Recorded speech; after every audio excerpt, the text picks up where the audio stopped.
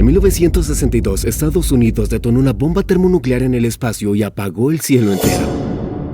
Para entender por qué alguien pensó que eso era buena idea, hay que ir al corazón de la Guerra Fría. Corría 1958. Norteamérica y la Unión Soviética se miraban con la misma desconfianza con la que dos jugadores de ajedrez estudian el tablero antes de mover. Cada ventaja tecnológica era un arma, cada experimento una apuesta. Y los misiles balísticos eran la obsesión de ambos bandos. Esos proyectiles no viajaban como aviones, ascendían hasta rozar el espacio, cruzaban el vacío y volvían a caer con una precisión brutal. Fue entonces cuando alguien en el Pentágono tuvo una idea tan simple como aterradora. Si una bomba nuclear explotaba lo suficientemente alto, el pulso electromagnético que liberaba podría freír los circuitos de guiado de cualquier misil enemigo en pleno vuelo, sin necesidad de derribarlo, sin necesidad de tocarlo. Bastaba con dejarlo ciego. Pero había una segunda teoría, más ambiciosa todavía, que requería entender algo que la mayoría de la gente ignora sobre el planeta en el que vive. La Tierra no es solo roca y agua, es también una máquina magnética colosal. En su interior hay un núcleo de hierro sólido rodeado por un océano de metal líquido que gira sin parar. Ese movimiento genera el campo magnético terrestre, el escudo invisible que nos protege del viento solar y de la radiación que, de otra forma, haría inhabitable la superficie. Ese campo se extiende hacia el espacio en capas y arcos, como una cebolla cósmica envolviendo el planeta.